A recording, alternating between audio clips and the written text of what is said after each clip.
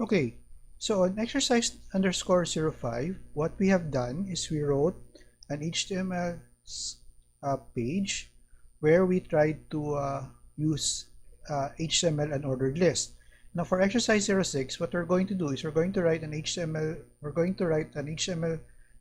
script wherein we are going to write ordered list. And let's also try to differentiate in terms of code as well as in terms of its output, ordered list from an ordered list. Okay, so let's try first to create HTML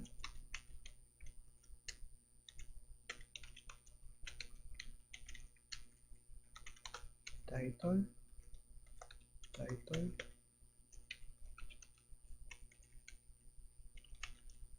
Try to call this one HTML ordered list. Okay. Well, let's try to write this one as HTML list, just like what we did with exercise 05. And we have body.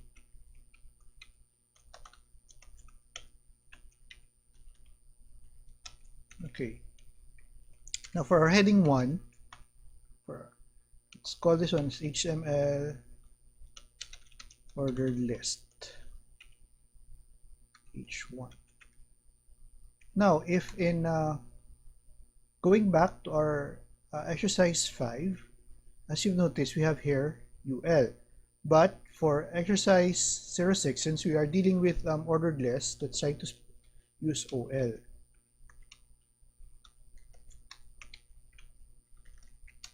Okay, LI, same also for our elements, list elements.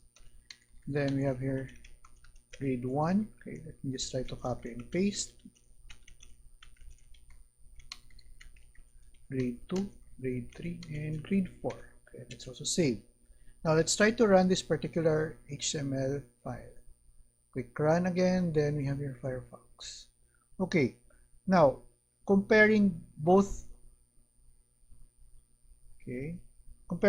our HTML ordered list from our unordered list, you can actually see that it's preceded by a number. So 1, 2, 3, 4.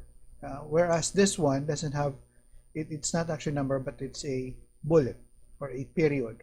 Just call this one bullet. Now, where can we use ordered lists and where can we use unordered lists? Usually, let's say, for example, we need to list a particular group of people based on their grade level. So we need to specify it, or we need to use ordered list because we're trying to list down a group of people based on their grade level. Whereas, let's say, for example, in an unordered list, we just want to list down the different ingredients on a particular recipe. Now, we can use unordered list because the ingredients doesn't have to be in a particular order.